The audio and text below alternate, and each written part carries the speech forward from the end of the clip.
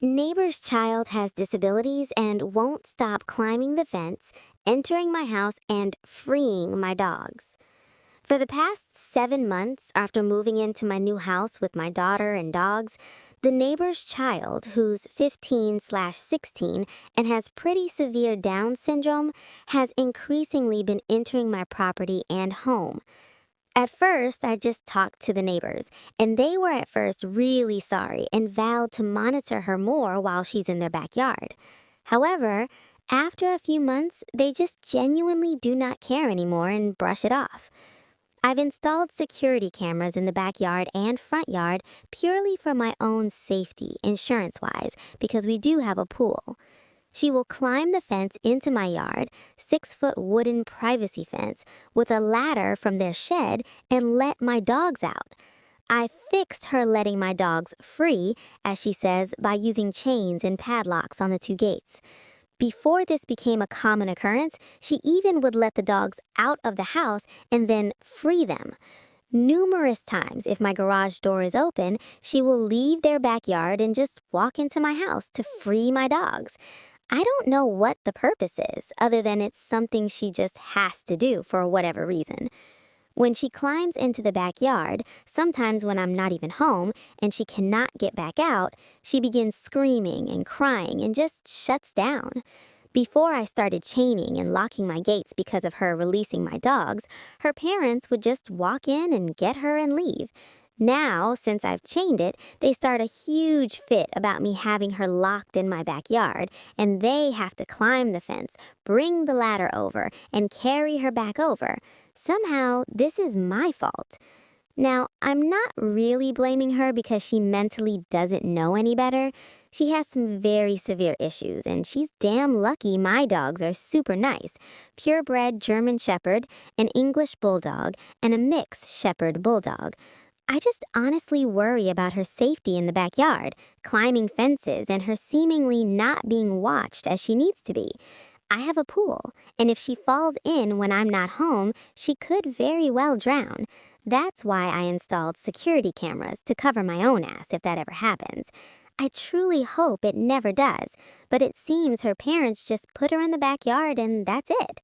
I've called the local Child and Family Services Office, CPS, several times in the past 2 months to report it because I feel she's at risk with her parents' inattentiveness and their seemingly not caring attitude of her just going into people's yards, garages, houses, etc.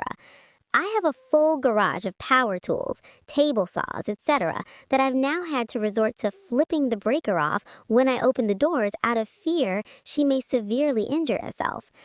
I feel like I've done everything I can, talked to the parents numerous times, called Child and Family Services, installed cameras, locked my gates further.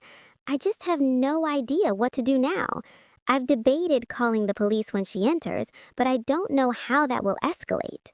I'm sad about this update for the kid. I took the majority of the given advice and called the police non-emergency number and asked for an officer to come out because I had an issue I'm having and briefly explained it. Officer shows up, I invite him in and explain the whole situation. He isn't really sure what to do about it right now, so he asked for a supervisor to come to his position. Supervisor shows up and I go over the whole thing again.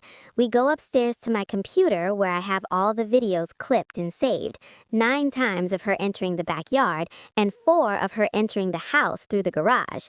We watched each one and he gets on his cell phone and goes back to his car.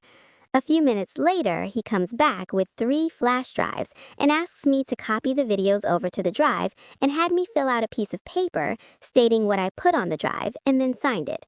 I repeated it all 3 times. About 45 minutes later, after we've been talking and he's been on and off his cell phone the entire time, 2 CPS workers show up and review the videos again and take a complete statement from me going back to the first time it happened.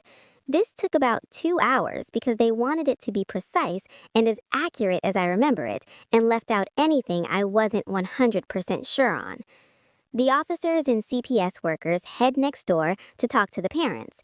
Parents apparently shut the door in their faces and said they didn't want to talk, but because of my statement and the videos of her climbing over, getting stuck, having to be carried back over the times I'm at work or gone, and just entering the house, they had probable cause to enter the home anyways. After they were inside their house for about 10 to 15 minutes, another cop car shows up, followed by another a few minutes later. I'm in my garage, so I don't know exactly what happened inside, but after more officers showed up, the father was put in the back of a car and the daughter was put in the CPS workers' van and they left.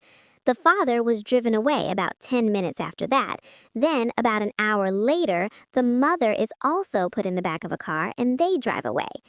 I talked to the initial officer that showed up and asked for a supervisor, and he tells me they found drugs and pills not in prescription bottles and not their prescriptions, and that the home was just not being taken care of inside and definitely not a safe environment for a child.